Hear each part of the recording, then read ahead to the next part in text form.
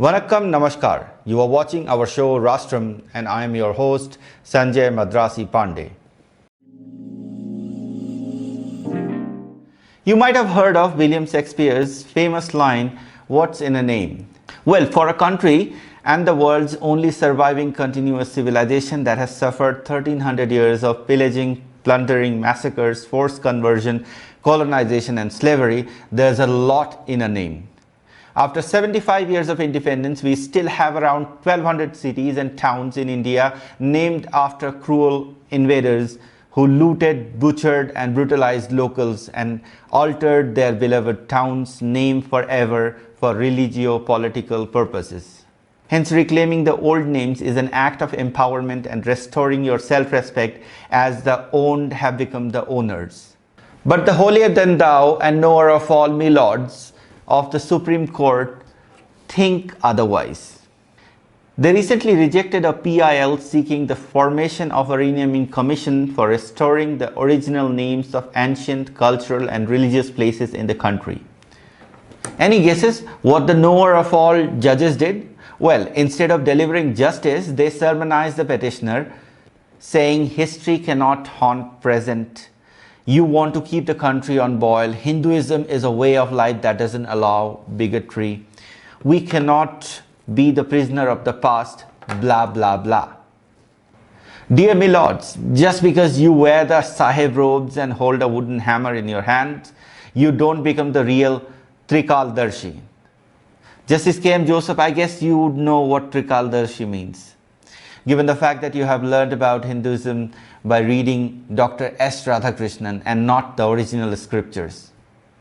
Mr. Joseph, it would be better if you could enlighten us about the bigotry of your own religion instead of lecturing us on why we should forget the past and how omitting the signs of historic wrongs could trigger the country. Let's get to the pertinent issue raised by Advocate Ashwini Upadhyay through his PIL that was outrightly rejected by a judgmental bench of judges without giving the petitioner a chance to explain himself.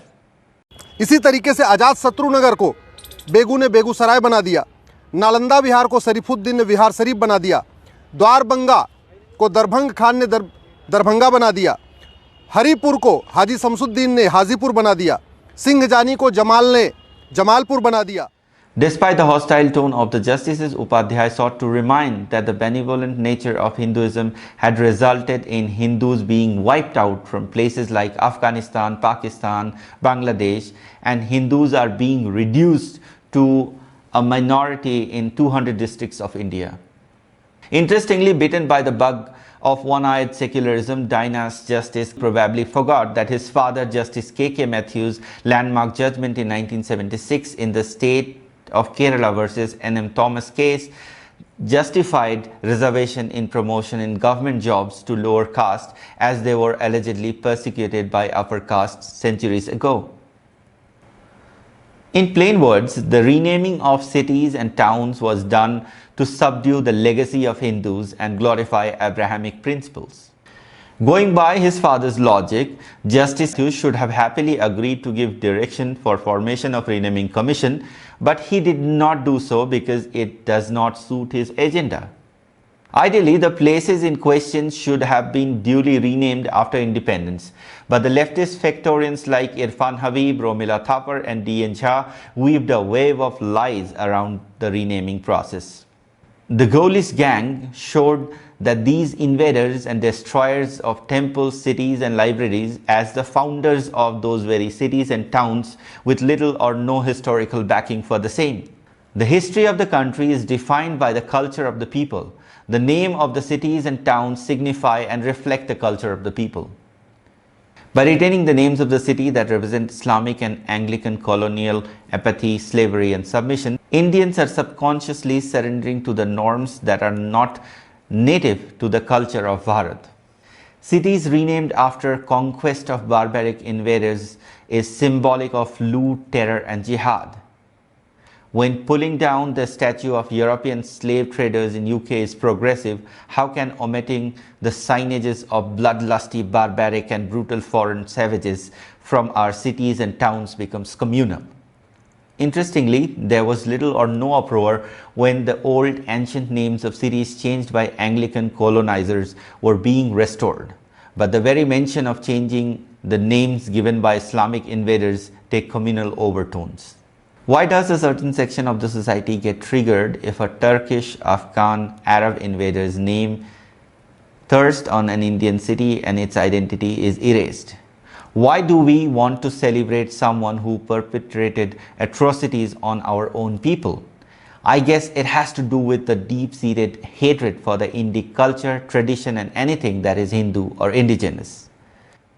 Maybe some people, colonized in their heads and radicalized in their hearts, still tend to trace their ancestry to Turks, Arabs and Afghans in this country. My suggestion for them would be to get a DNA test done to ascertain your genealogy and rid yourself of the falsehood of foreign blood. It cannot be the case that you live in this country and your loyalty lies elsewhere.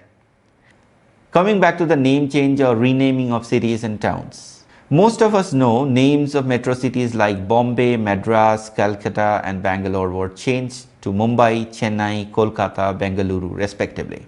At that time, there was little or no uproar over the name change. But the moment one talks about changing the Islamized name of a city or town, all hell breaks loose and suddenly it becomes communal. In the past 1 decade or so, things have changed for good. The ruling BJP dispensation at the center and the states have been trying to do some course correction. Since 2014, the names of several Islamized cities and towns have been changed through government intervention, be it Faizabad being renamed to Ayodhya or Allahabad as Prayag. Recently, the Maharashtra government changed the name of Osmanabad to Dharashiv and Aurangabad to Chhatrapati Sambhaji Maharaj. Dear Milords, just to give you a perspective why the name change is necessary to correct historic wrongs and pave way for reconciliation. Take the case of Aurangabad, now Chhatrapati Sambhaji Nagar in Maharashtra.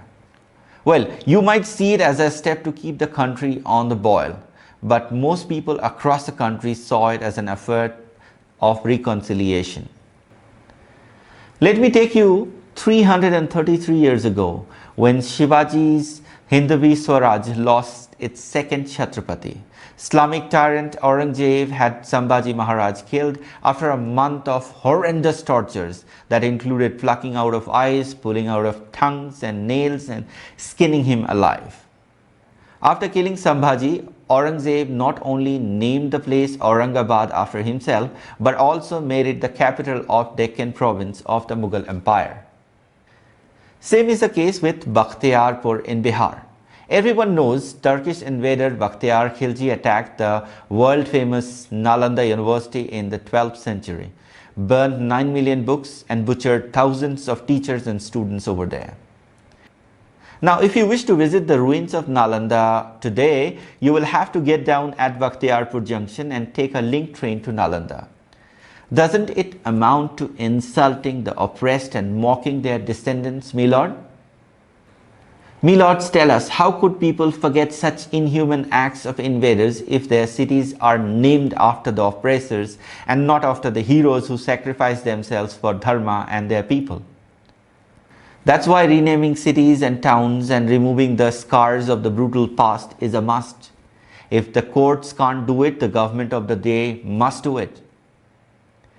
If not all 12,000 cities and towns, at least the names of places mentioned in Vedas, Puranas and other Hindu scriptures must be restored back.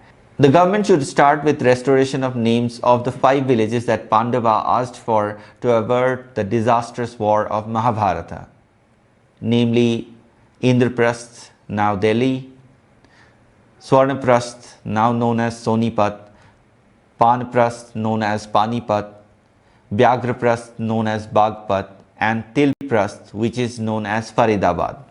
In future, if ever renaming commission becomes a reality, it won't be that difficult to identify places that were renamed after foreign invaders. For instance, places having a suffix Bad, like Ahmedabad, Hyderabad, Faridabad, Murshidabad, Ghaziabad, or those having a suffix like Sarai, Begusarai, Mughal Sarai, Sheikh Sarai, and so on. Talking of Ahmedabad, the demand for renaming the city has been around since 1990s. As per the votaries of the name change, Ahmad Shah, the then Sultan of Gujarat, changed Karnavati to Ahmedabad in 1411.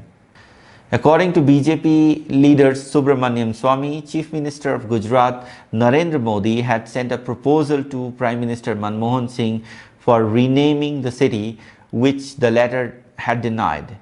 In 2017, Gujarat's BJP government passed a resolution to change the name of Ahmedabad to Karnavati, citing the city's Hindu roots. In 2018, a petition was filed in the Gujarat High Court seeking renaming of Ahmedabad to its pre-colonial name Karnavati, but the court dismissed the petition, stating that it be the prerogative of the government. There cannot be a better opportunity to fulfill this long-pending demand, as BJP is in power in Gujarat as well as at the center. But then BJP and the RSS, always craving for validation from their critics and rivals, occasionally tend to lose the appetite for fight for what is right. In any case, the Supreme Court of India, that remains on holidays for around 146 days a year, despite having around 70,000 cases pending, seems eager to take over the role of the legislative too.